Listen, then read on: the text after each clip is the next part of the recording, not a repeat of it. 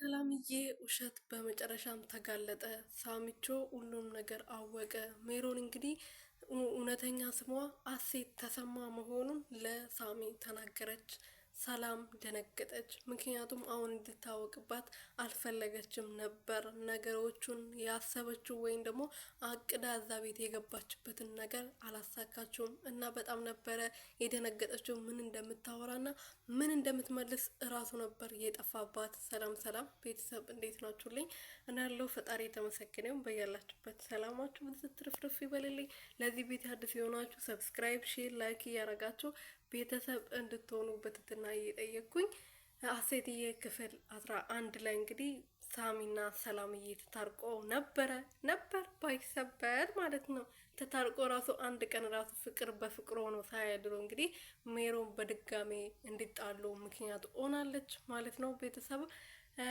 ምክንያቱም ሰላምዬ እንግዲህ ቀድማ እኔ አሴት መሆኔን ለሳሚና ለአቶ ግርማ መናገር የለባትም፣ እኔም ደግሞ የሷ ምስጢር ወይም ደግሞ ሌላ ፍቅረኛ እንዳላት መናገር አሁን የለብኝም በማለት ስታወራ ነበረና ግን እሷ ጋር የነበረው ፎቶዎች ሰላምዬ አንስታቸው የነበረው ፎቶዎች እንዳለ መኝታ ቤት ገብታ እንግዲህ ሜሮን አግኝታቸው አቃጥላቸው ቀዳ ነበር የጣለቻቸው። ከዛ በኋላ ማስረጃውን በሙሉ ካጠፋች በኋላ ነበረ የሰላምን ምስጢር ለማውጣት አስባበት አሰላስላ በኋላ ላይ እንግዲህ ለፍቅረኛዋ ደውላ በኋላ ለሳሚ ደውልና እንደዚህ ብላ ጠይቅ በማለት አስረድተው ነበርና እነዚህ እንግዲህ አገር ሰላም ብሎ ቁጭ ብሎ እየተወያዩ ፍቅር በፍቅር ሆኖ አይኗን እያየ እያወሩ ነበርና በዛ ሰዓት እንግዲህ ሳሚ ስልክ ተደውሎለት ሲያነሳ አሴት የምትባል ሴት እንድታገናኘኝ እፈልጋለሁ ብሎ ነበረ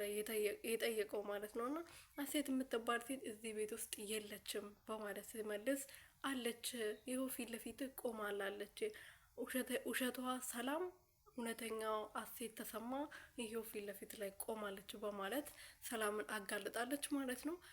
ሰላምዬ ደግሞ አሁን የእሷን ነገር ወይም ደግሞ እሷ ፍቅረኛ እንዳላት ሳሚ ላይ እየማገጠች እንደሆነ ለማናገር ራሱ ምንም ማስረጃ የላትም። ምክንያቱም ሜሮን መጀመሪያ ማስረጃዎቹ እንዳለ አጥፍታቸው ነው ይሄን ነገር ለመናገር የወሰነችው እንጂ ሜሮን ቀላል ሰው አይደለችም። እንደዚህ በቀላሉ ተነስታ እንደዚህ ብላ አትናገርም፣ ማስረጃ እንዳላ ስለምታውቅ ማለት ነው። እና ግን ማስረጃው የለም። ሰላም ማስረጃውን ተማምና ነበረ።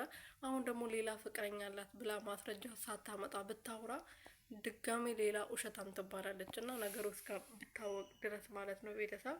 እና ምን ልላችሁ ፈልጌ ነው ሜሮን በአሁኑም አሸንፋለች ማለት ነው። ጋሽ ግርማም ደግሞ እስቲ እንግዲህ ምን እንደሚል እናያለን። እውነተኛ አሴት መሆኗን ከሰማ በኋላ ምክንያቱም በልጅነቷ አሴት መሆኗን በደንብ ያውቃል። እሱን ለመበቀል ነው እዛ ቤት ውስጥ የገባችው እንጂ ሌላ አላማ የላትም ማለት ነው። ጋሽ ግርማን ለመበቀል ነው እዛ ቤት ውስጥ የገባችው። ካስታወሳችሁ የመጣችው አካባቢ በተደጋጋሚ እዛ መኝታ ቤት ውስጥ ማስረጃ ለመፈለግ እየገባች ነበረ። ግን ያሰበችው ማስረጃ እስካሁን ድረስ አላገኘችም። እሱንም ሳታገኝ ደግሞ አሴት ተሰማ መሆኗ ታውቆ ከዛ ቤት መውጣቷ ከባድ ነው። እስቲ ለማንኛውም ቀጣዩ ክፍል ላይ ሰላምዬ ከዛ ቤት ትወጣለች ወይም ደግሞ አትወጣም የሚለውን አብረን የምናየው ይሆናል። እሷ ከዛ ቤት መውጣትም የለባትም። የሆነ ምክንያት ተፈጥሮ እዛው ቤት ውስጥ ትቆያለች ማለት ነው ቤተሰብ። ለማንኛውም እስከዛ ድረስ ይህን ቻናል ሰብስክራይብ፣ ሼር፣ ላይክ የመደወል ምልክቱን እየነካችሁ ቤተሰብ እንድትሆኑልኝ በትህትና እየጠየቅኩኝ ባይ ባይ። መልካም ቀን ይሆንላችሁ። አሁን ጠዋት ነው እንግዲህ መልካም ቀን፣ የተባረቀ ቀን ይሆንላችሁ። እሺ ውዶች።